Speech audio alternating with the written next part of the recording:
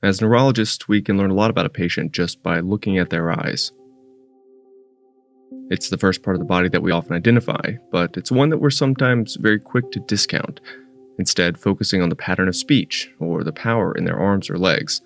Let's not make that mistake today. Today, let's take a moment to consider the abnormalities of pupil size, shape, and reactivity, and refresh our understanding of the neuroanatomy that underlies it. Welcome back to Brainwaves, a podcast about neurology and medicine, and all the fascinating science and history that come with it. This week on the program, the pupil. Just the pupil. What it can really add to our neurologic exam and our understanding of neurologic disease. We'll talk about tonic pupils, the Horner's pathway, light-near dissociation, and a whole host of other physiologic and pathophysiologic mechanisms that you can pick up on using just a few simple examination techniques. I'm Jim Sigler. Don't go anywhere.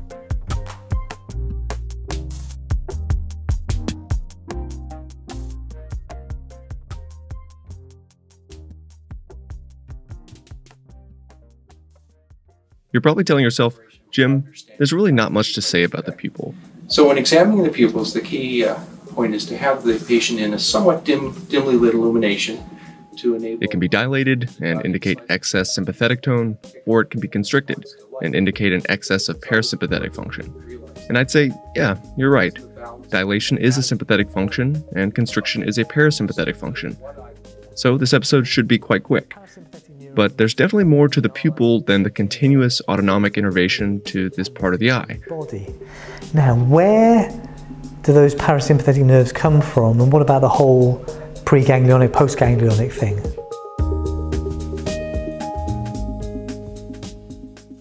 Let's start off our program with a case. There was a woman that I saw in the trauma ICU just the other day who presented after having collapsed at home. She had fluctuating consciousness and was generally lethargic. In the ED, the 84-year-old woman's vital signs and blood glucose were within normal limits. She was sleepy but arousable, no lateralizing neurologic deficits.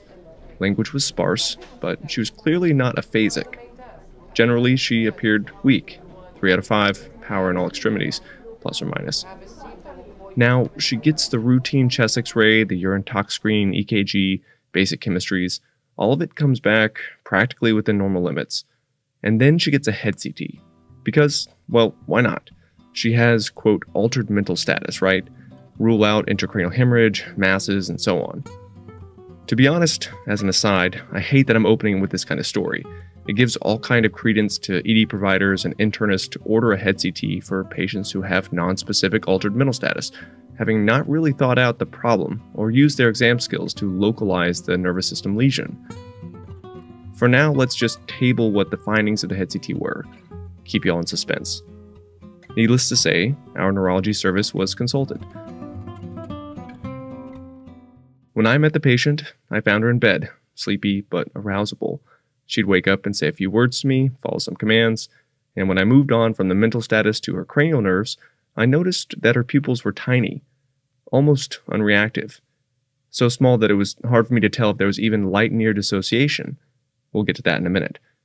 So, bilateral pinpoint pupils. Kind of a trivial detail to notice for some. And she had trouble opening her eyes fully. Bilateral ptosis. Slightly more impressive on the left than the right. The rest of her extraocular movements were intact, her visual fields and acuity were normal, and the rest of her cranial nerves were otherwise working. And as expected, the remainder of her exam was non-lateralizing. So I ran through her list of medications, looking for systemic agents that could cause bilateral pinpoint pupils. Opiates, no. Barbiturates, no. Anticholinergic medications, in contrast, especially inhaled ipratropium nebulizers, scopolamine patches, and tricyclic antidepressants at toxic levels, these can cause dilated pupils, but that wasn't the case for our patient. So, no drugs. At this point, I'm thinking she has excess parasympathetic tone, possibly due to loss of sympathetic function or sympatholysis, something like a bilateral Horner syndrome. This is a convenient diagnosis. It would account for her bilateral ptosis and for her pinpoint minimally reactive pupils. Or she could have tonic pupils, Argyll Robertson pupils, as you might see in syphilis, diabetes, or potentially other causes of microvascular ischemic disease to the parasympathetic ciliary fibers. Argyll Robertson pupils exhibit the characteristic reactivity to a target at near meaning they constrict as the patient looks at something coming closer to their eyes, but the eyes don't react to light. More about why that is in a bit. Or the patient could have chronic tonic pupils, which is an idiopathic condition, also seen when there's light near dissociation. Initially, the tonic pupil will appear larger due to damage of the ciliary ganglion. However, over time, the pupil will become small and, well, tonic, unreactive to light. It should continue to react to a target at near, but honestly, sometimes with such myotic pupils, especially with aging, it can be hard to see further pupillary constriction. And that's really the extent of your differential diagnosis. She has bilateral Horners, left worse than right, or chronic tonic pupils, which includes Argyll Robertson pupils. Knowing this, let's now talk about the results of the head CT. And based on our differential, an intracranial explanation for her pupil abnormalities would be at the bottom of your differential diagnosis. You should not expect a brain problem with chronic tonic pupils, which by definition are idiopathic, or with Argyll Robertson pupils, which some might argue is due to a chronic ciliary ganglionopathy. Only for a first-order neuron lesion in a bilateral Horners, with either hypothalamic or brainstem involvement, might you find something abnormal on the head CT. But she also has lethargy, so technically an intracranial lesion is plausible. The interesting thing was, there was an abnormality on the head CT, a very unusual abnormality. The patient had bilateral thalamic hypodensities with edema and a left-sided parafalcine longitudinal intraparenchymal hemorrhage that was extending into the subdural and subarachnoid space, curving around the left hemisphere, likely a diffuse midline lesion affecting both thalami and the left-sided periventricular white matter, with the hemorrhagic component. We'll skip the differential diagnosis of such a lesion for the time being. I'm probably not explaining it well enough to help you narrow your own differential. But the fact of the matter was, she had a midline bithalamic mass with edema and with compression of the diencephalon. It turned out something was compressing her hypothalamus, and it was compressing that first-order neuron of the Horner's pathway that goes to the eye and the face. A perfect explanation for her symptoms of bilateral meiosis and left more than right-sided lid ptosis. On rounds, as we discuss this patient, although we emphasize the importance of lesion localization, I will be honest, much of our discussion centered around the cause of her neuroimaging abnormality. But for the purposes of this episode, let's talk about the usefulness of the pupillary examination. Before we get too deep into a discussion of the pathophysiology of the pupil, it's worth refreshing our memory of the neuroanatomy. I'm just going to test your pupils if that's okay. Yep.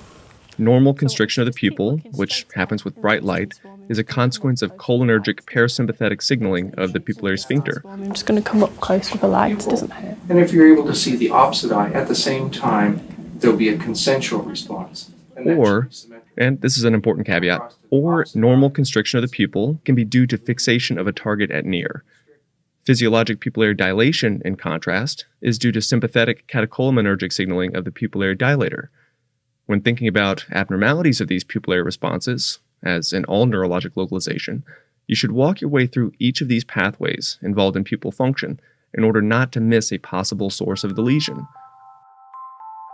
With the response to brighter ambient light, photoreceptors in the retina signal information back via the optic nerve across the chiasm and towards the lateral geniculate nucleus of the thalamus.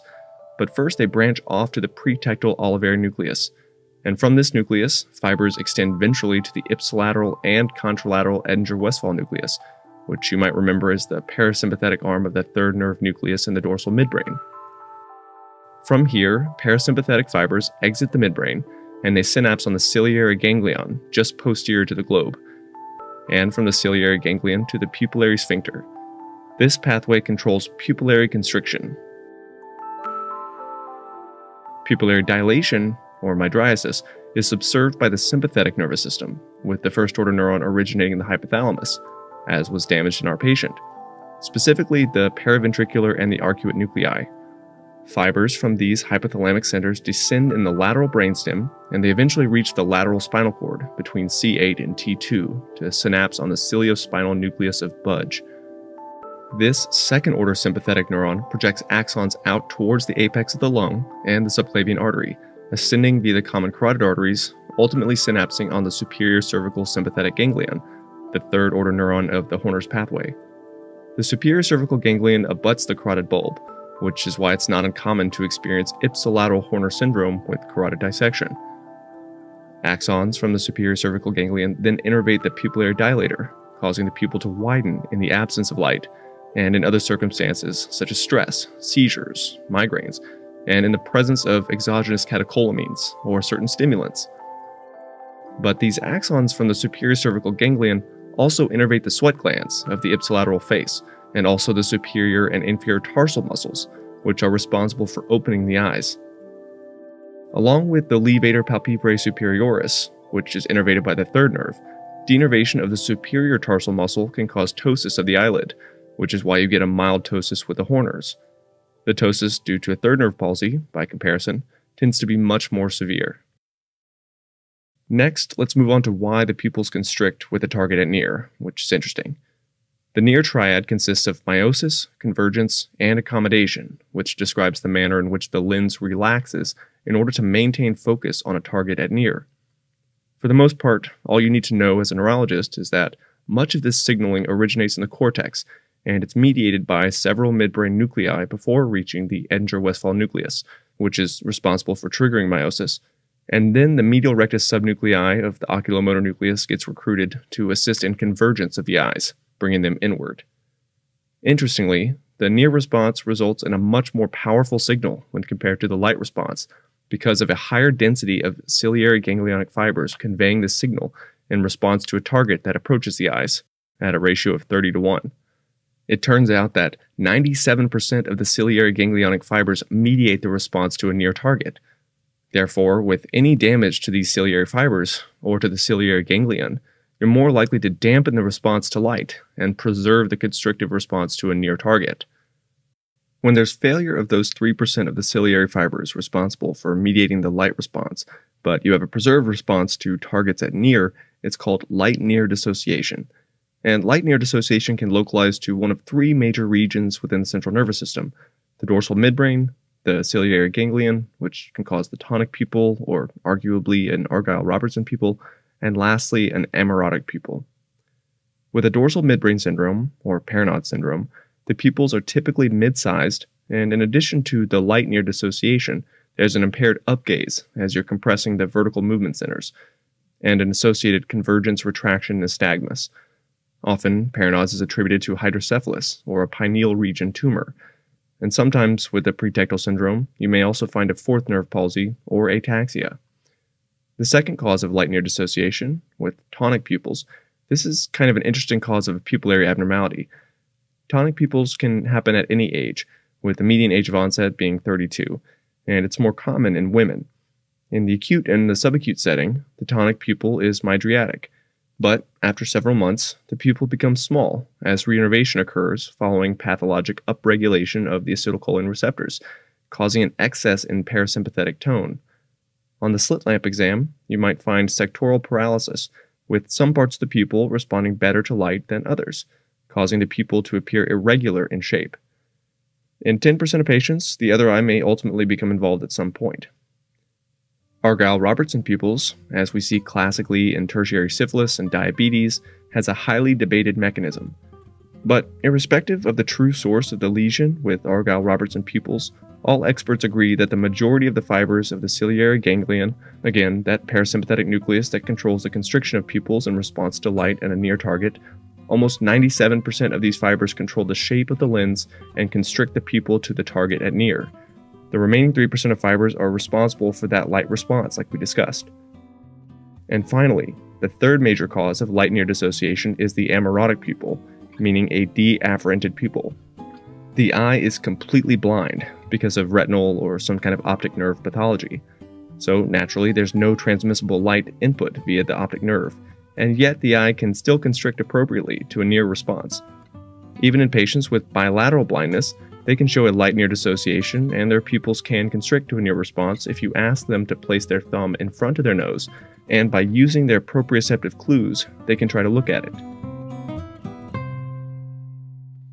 In the next half of the talk, let's establish a framework for evaluating anisocoria. More often than not, in the hospital, I get consulted for an abnormally large pupil. However, you should not go into anisocoria, or unequal pupil size, assuming that the large pupil is the pathologic pupil. it could be the smaller pupil. So you need to test each pupil independently for their shape and their size in ambient light, in bright light, and in the dark. If the large pupil does not constrict appropriately to a light stimulus, then yeah, that one is probably the problematic pupil. If the small pupil does not dilate appropriately to darkness, then it's the small pupil that's pathologic. In thinking broadly, the most common cause of anisocoria is physiologic anisocoria, about 15 to 30% of the cases, in which both pupils react appropriately to light and dark, but one pupil is slightly larger than the other, often not in excess of a millimeter or so. Sometimes the pupillary inequality can be just a bit exaggerated in the dark, but it should not become more impressive in the light. At that point, you should be thinking that there's a pathologic constrictive process of the larger pupil. So what causes an impaired constrictive response, or an abnormally dilated pupil that will not react to light? Your first step is to determine if a third nerve palsy is present. Is there ptosis of the levator palpebrae? Is the eye deviating downward and outward? As you know, compressive third nerve palsies, as in the case of a PCOM aneurysm or a tumor, typically there's damage to the parasympathetic fibers that surround the third nerve before there's damage to the deeper fibers of the third nerve responsible for oculomotor movements. If there's no evidence of a third nerve palsy, and no clinical history or imaging that's suggestive of an intracranial lesion or an aneurysm, your next step would be to evaluate for a tonic pupil. Like I mentioned before, the tonic pupil starts off dilated, and over 1 to 2 months it becomes smaller. The tonic pupil should exhibit light near dissociation, and it should respond to the installation of a cholinergic agonist like pilocarpine. If there's no response to high doses of pilocarpine, then the dilation is pharmacologic, as in the case of ipratropium nebulizers, a scopolamine patch, or a sympathomimetic. In addition to these other causes, an abnormally dilated pupil may also be the consequence of seizures, although this is typically bilateral, or it could be the consequence of certain headache syndromes, especially migraines. Next, let's say the constrictive response to light is normal, and the pathologic pupil is the one that does not dilate appropriately in response to dark. This often indicates sympathetic failure. Usually, you might notice mild ptosis due to weakness of those superior and inferior tarsal muscles, Mueller's muscles, and as we discussed briefly with the opening case, Horner syndrome can result from an injury to any of 3 neurons in the sympathetic pathway that originates in the hypothalamus. Damage to the first-order neuron, or its axons, as they descend through the lateral pons and medulla, can be associated with certain long-track signs, such as ataxia that's ipsilateral to the affected eye, or ipsilateral anhidrosis of the face and the hemibody, which is an important differentiator because only a first-order neuron Horner's can cause anhidrosis of the body.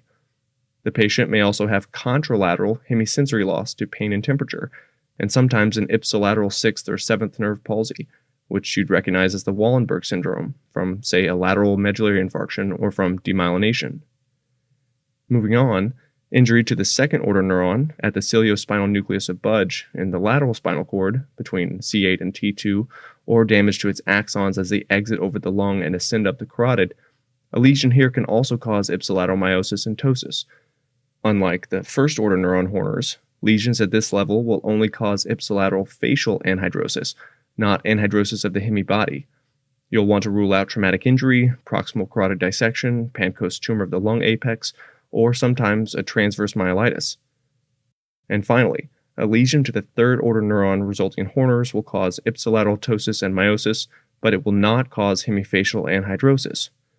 According to Liu, Volpe, and Galetta, there should be some anhidrosis of the medial forehead and the lateral nose, but the remaining half of the face may sweat normally as there is redundant sympathetic innervation.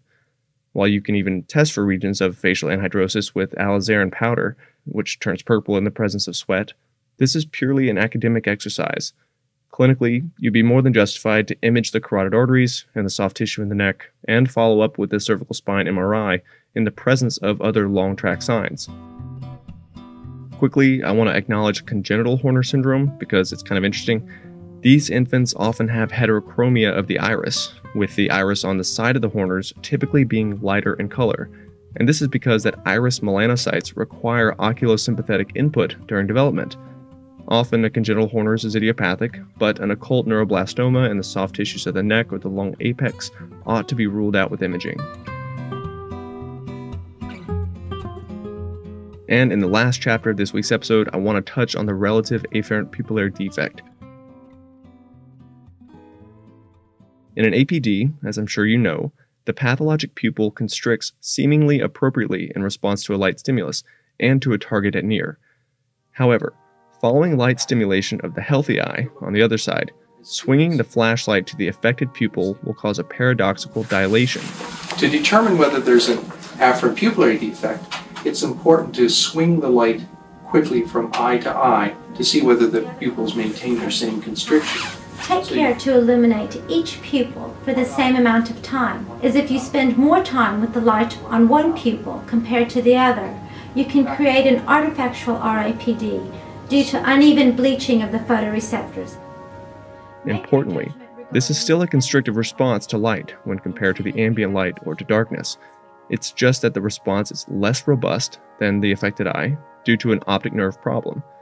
And you might also notice that the healthy eye dilates somewhat in response to the light swinging over to the pathologic eye. Now, we all know that this is a consequence of an optic neuropathy or some severe retinal process, and it manifests with blurred vision or loss of monocular vision and red desaturation, so a lesion that's anterior to the optic chiasm. But one point to make here, because this episode is all about the subtleties of pupil pathology, is that in rare instances, an afferent pupillary defect may be inappropriately called in the setting of anisocoria, because the small pupil is too small to allow in sufficient light to the retina. This eye may therefore fail to dilate appropriately to a swinging flashlight. Alternatively, an APD may also be due to a chiasmal or a prechiasmal process. A lesion of the optic tract can cause a contralateral APD. A couple of reasons for this. First, recall that the ratio of crossed to uncrossed fibers from the optic nerve is 53 to 47. So there are more fibers that cross to the contralateral optic tract. Second, there's a greater density of nasal retinal ganglion cells than temporal retinal ganglion cells. This is because each eye should be able to see more of the temporal visual field, about 60 to 70% larger of a field than that eye's nasal field. So more visual input from the right eye, for example, comes from the right visual field, and it will ultimately cross at the chiasm. Therefore, if the left side of the optic tract were to be injured, say from a tumor or from demyelination, the pupils will respond as if the right eye were receiving ever so slightly less input than the left eye, producing an APD. Now, I'll say that's a bit complicated if you're hearing it for the first time, so you may want to click the rewind button and play it back, but it's pretty neat.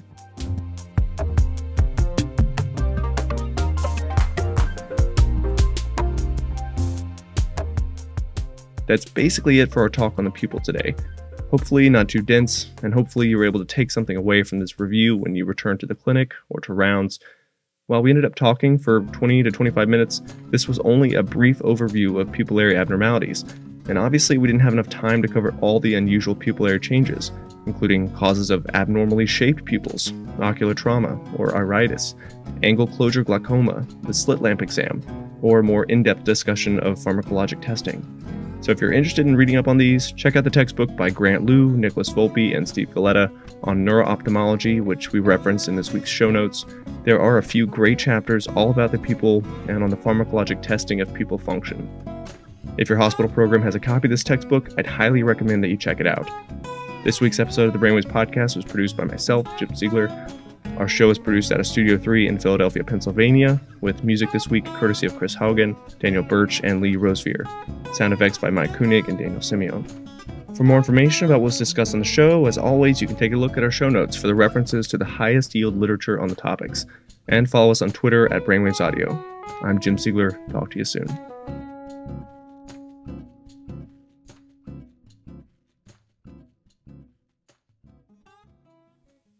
And as promised on Twitter, here are a couple of dad jokes, courtesy of Dr. Olga Tone, one of the producers of our show. Why did the cross-eyed teacher quit her job? Why? She couldn't control her pupils. What does it take to become noticed as a famous eyewear designer? Tell me. A focus on fashion and an eye for style. What's a neuroophthalmologist's favorite movie? I don't know. I Know What You Did Last Summer. Or their favorite poem. I Know Why the Caged Bird Sings. A bone doctor and an eye doctor are telling each other jokes.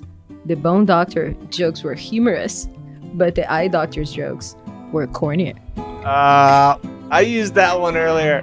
That was good. Okay, I got it. Are you ready? What did the larger pupil say to the smaller pupil? What? I'm dilated to see you.